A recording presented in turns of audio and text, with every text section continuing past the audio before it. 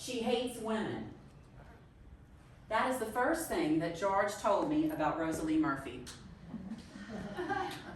He met her now 40 years ago in Santa Fe at the Pink Adobe, followed soon after by a gallery show which she hosted for him in her apartment above the Pink to introduce him to the community.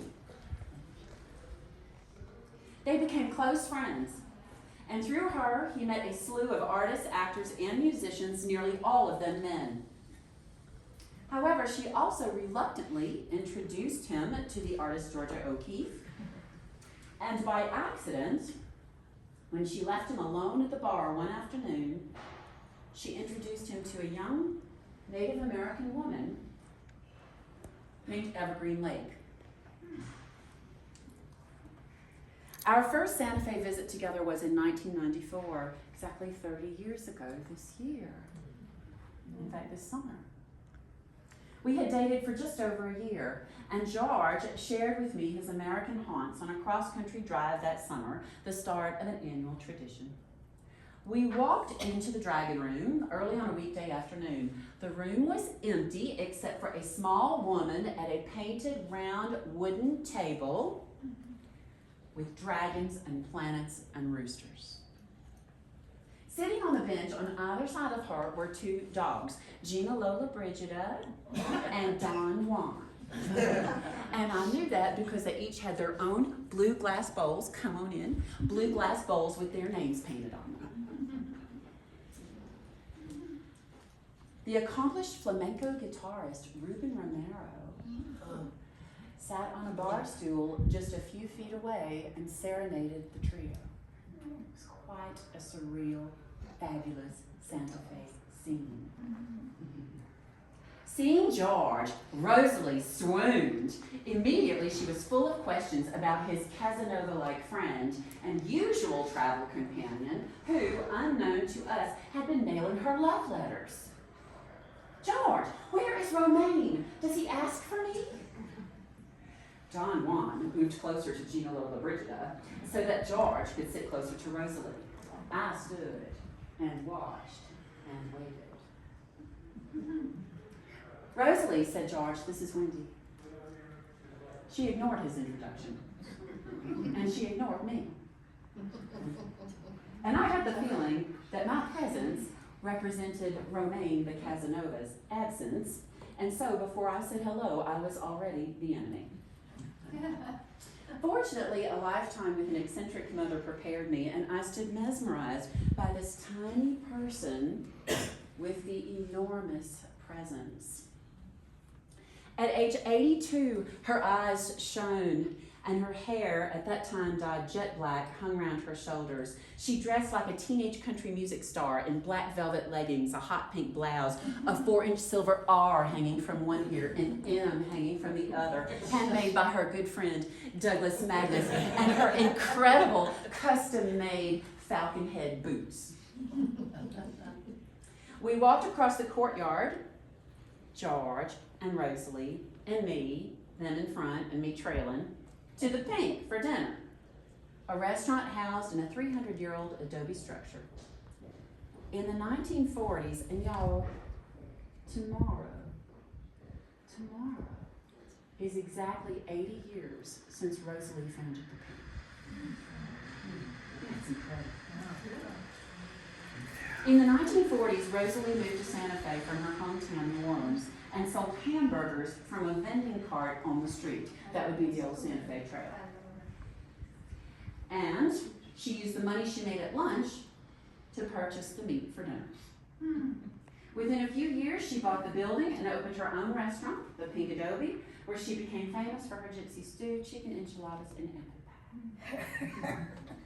She also became famous for her paintings, filling the restaurant and bar with her tables and canvases. We sat down to eat. George finally went to the restroom, and I leaned across and asked Rosalie about the painting hanging above her head.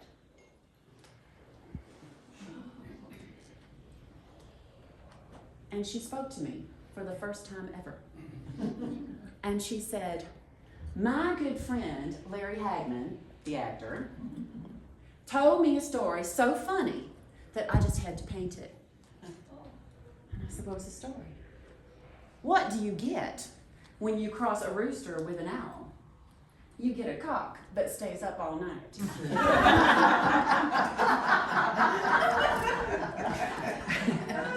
I said, dying laughing, of course, like all of you. Is it for sale? And she, I'm going to do it kind of like she did. It's right above her head, and she put her hand up like this and pulled out this little tag. And she read, yes. And I said, how much is it? It's $400. And I said, well, if you'll let me, I'd like to buy it.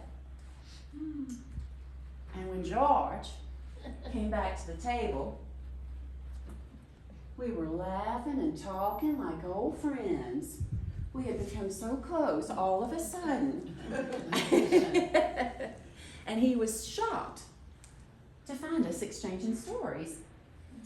But I made a big mistake, and I almost lost her on that same night. Because I asked her, I couldn't help it, about Georgia O'Keeffe. Rosalie disliked both the artist and her paintings, never understanding why anyone would care about her flowers and her skulls, as opposed to, I guess, like roosters and owls and dragons, right? So, O'Keeffe, along with other notables, frequented the Dragon Room bar.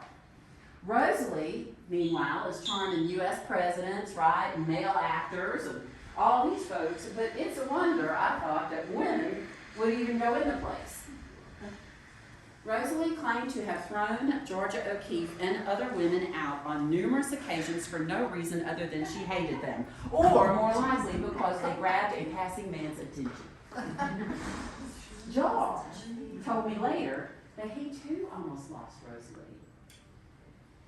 It happened when he approached Evergreen Lake at the Dragon Room during a visit in 1985 and asked her if he could photograph her the following day. He admired a particular look in this beautiful young Indian woman, and though they never met again, out of respect for Rosalie, he used the photographs from that afternoon in dozens of paintings over the years. She became for him another Evangeline or Jolie Blanc, and appears in his work not only as herself, a Native American woman, but also as a Cajun traiteur or healer. He also incorporated her into his Bulldog series. And I'm going to show you something real quick here so you can see that. I would have loved to have brought you this painting, but it's on tour right now. So here's an example. And this is a large canvas. There are many, but this is a favorite. And he called this Santa Fe on My Mind.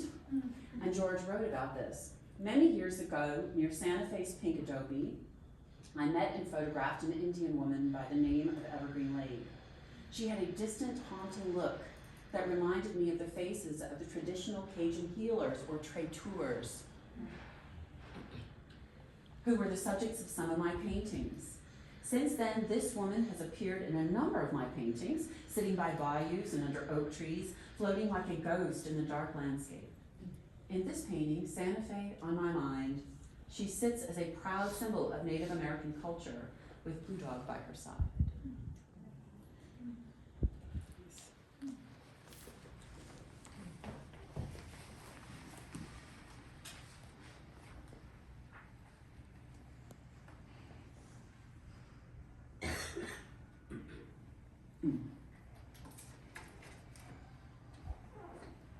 We finished dinner, and Rosalie stands up, and she turns around, and she plucked this off the wall behind her, and she said, Wendy, don't forget your painting.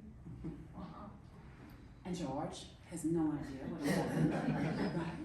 And I take my painting, and we start walking down the old Santa Fe Trail towards our hotel, and she calls out, and next time you all come to town, you're staying in the apartment above the Pink. You're not staying in a hotel anymore. And that is what we did from then on. And George says to me, "What happened? What's with that painting? What's going on?" And I said, "I bought it, it's mine." He said, "What? How much was it?" I said, $400. He said, "You don't have $400. I said, "I know." And he said, "Well, how did you pay for it?" I said, "I wrote a check." He said, "You wrote a hot check?" Mm-hmm. And he said, "That's crazy. Do you know how mad she's going to be when she finds out the check is hot?" He said, "Well, I'm going to give you the $400. He used to always go like that. And I said, "No, you're not. It's my painting. I will figure out a way to pay for it." And I contacted my boss, who was George's agent at the time. I got an advance on my paycheck, and I made sure that the check was covered by Monday. And this painting went on to hang in mine and George's home in New Orleans all those years until it returned full circle to Santa Fe and hangs in mine and Douglas's home today as a symbol of how it all started. Isn't it awesome? Yeah. I know, it's awesome, it's awesome. And the story's even better. It all, true story. It is true story. It's really awesome living it. It's awesome living it. Over the years, we grew close to Rosalie. Through her, we met and became friends with several artists, including Armin Lara and Doug Magnus. I called Doug back then, my Douglas, because Doug was my friend and Douglas is my lover. And so, it is blushing. Yeah. And also Scott Wayne Emmerich of Falconhead Boots. It was special for me to witness these creative gatherings as Rosalie and her men encouraged each other in the arts. Eventually, George and Doug collaborated on a collection of blue dog jewelry. Beginning in 1995, we stayed for a week each summer in Rosalie's apartment above the Pink, where we awoke to purple bedding, pink walls, and 5-foot sunflowers, complementing the view of the Church of San Miguel across the street. If we happened to be in town on a Wednesday, we joined Rosalie and her merry bunch in the apartment for poker.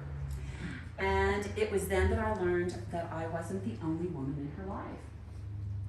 As long as the men fawned on her first, and the women understood their place, they were welcome.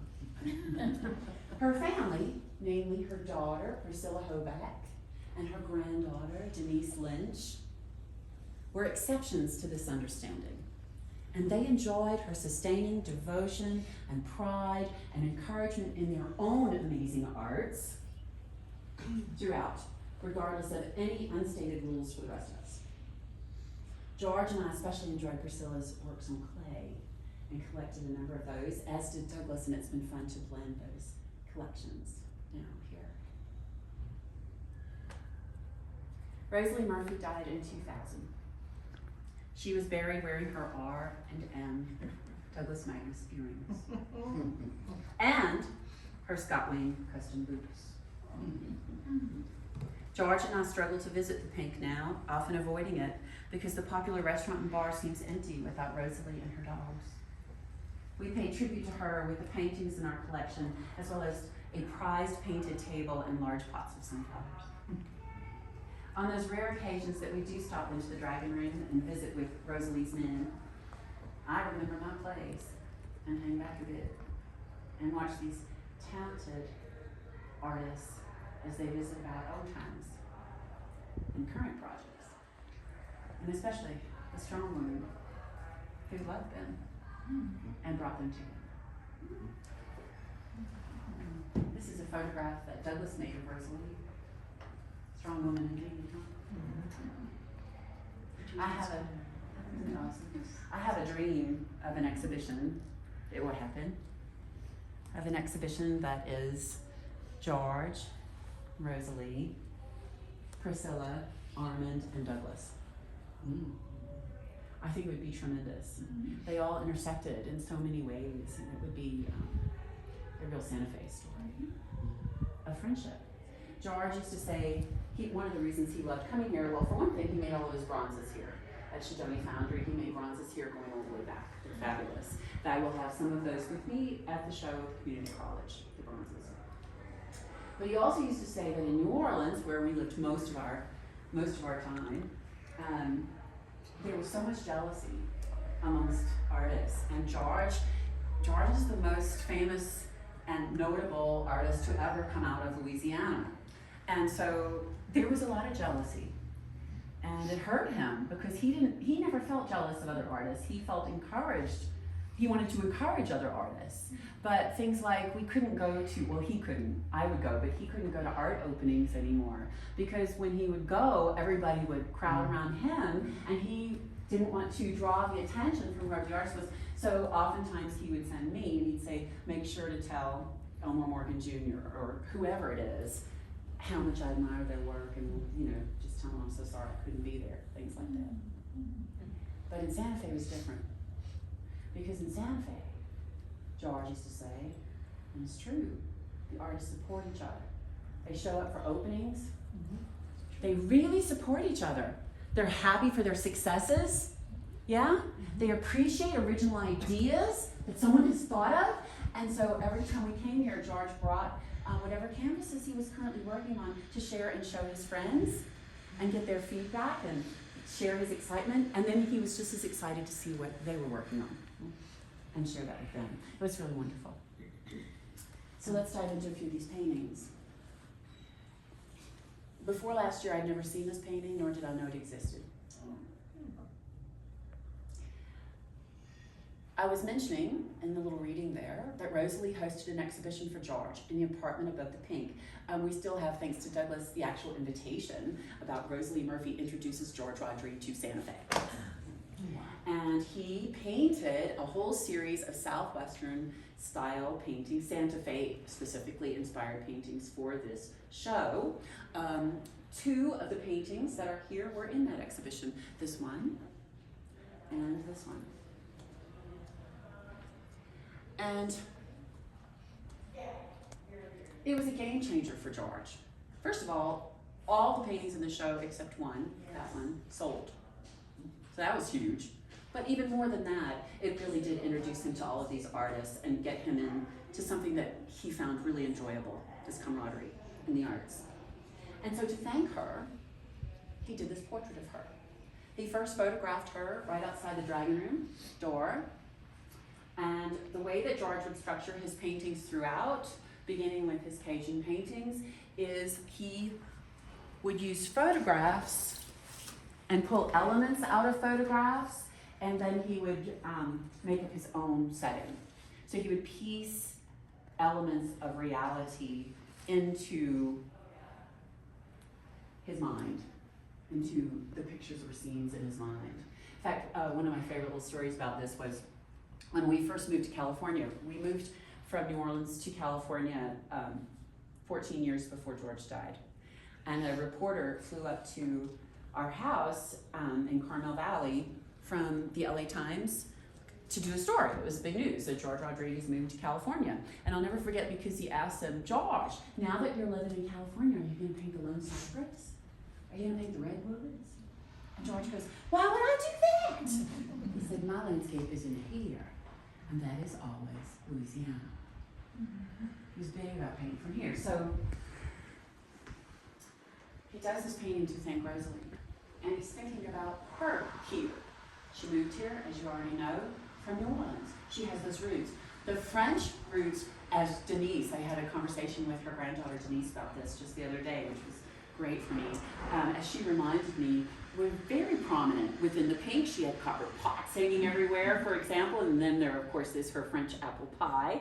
And obviously also, an extension of that, a heavy Cajun, bless you, Cajun and Creole influence also in her cooking. And so George thought, okay, then I'm going to incorporate my symbol for Louisiana into this painting, which is the oak tree. Now, I'm not going to go into depth about this because I'm going to do that in the next session in 3 weeks, and I hope you'll join us and that I'll see all of you again. But the way that George structured his paintings is fantastic. And just in a very brief way, in each of his landscape paintings, he changed American landscape painting by doing something very simple. Instead of painting it in a European style, which is how Louisiana had been previously painted, which would be, you know, like big skies and the lands down low. He said, no, our skies are small in Louisiana because we're looking at them from beneath these massive oaks.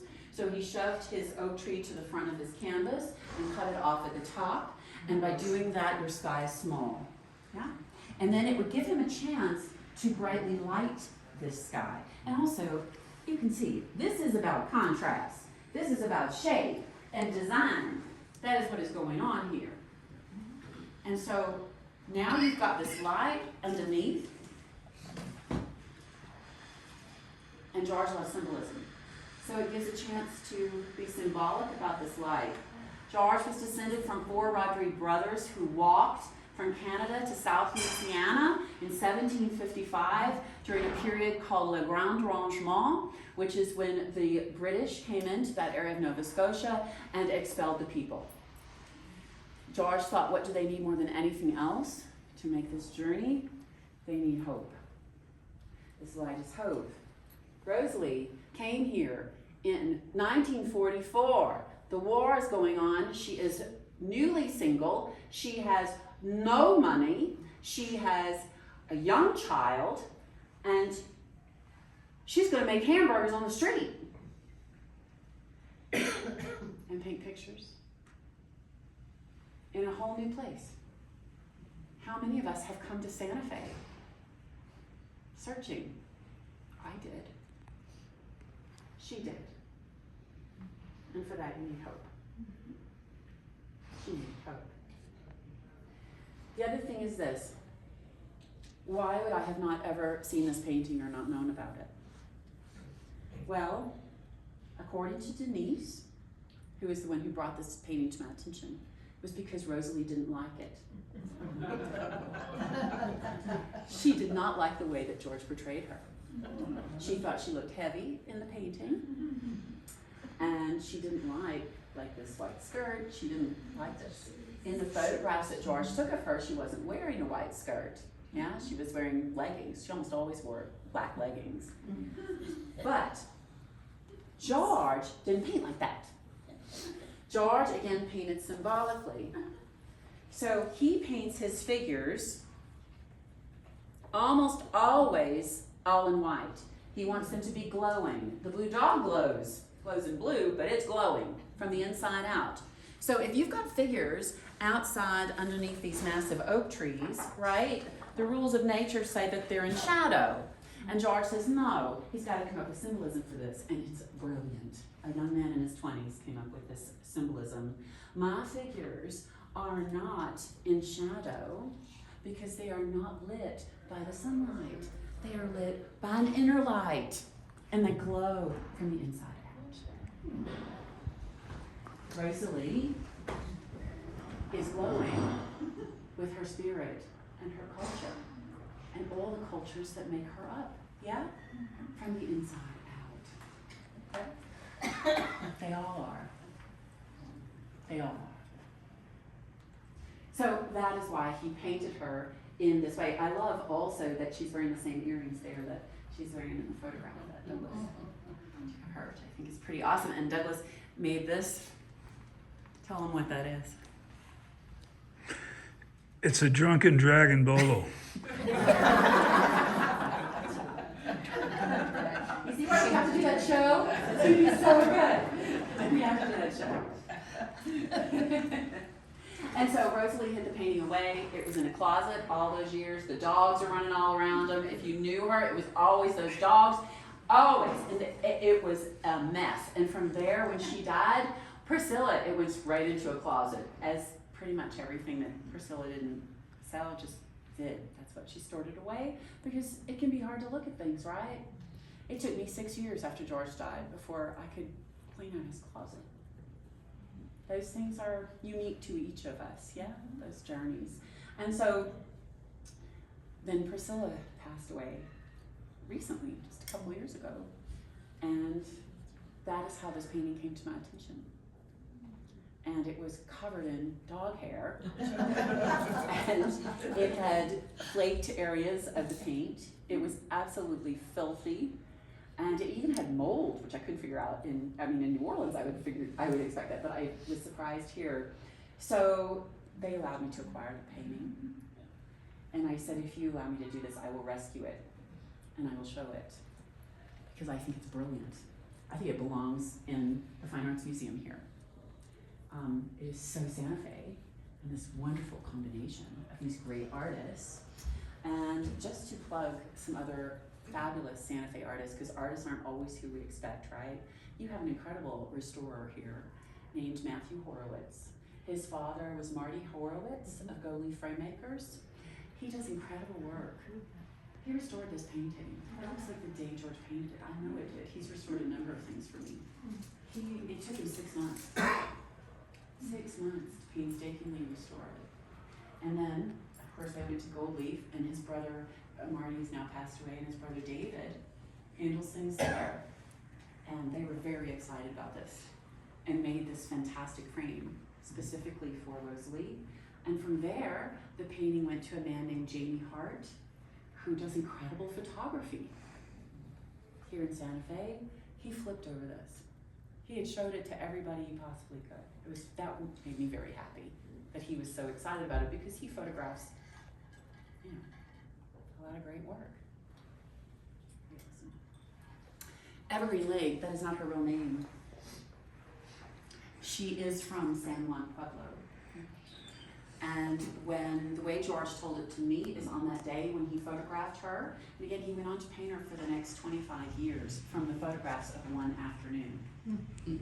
They're fantastic photographs.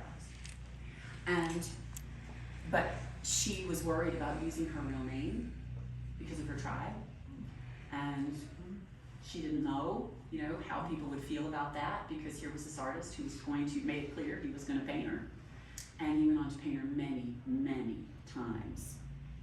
So I know her today.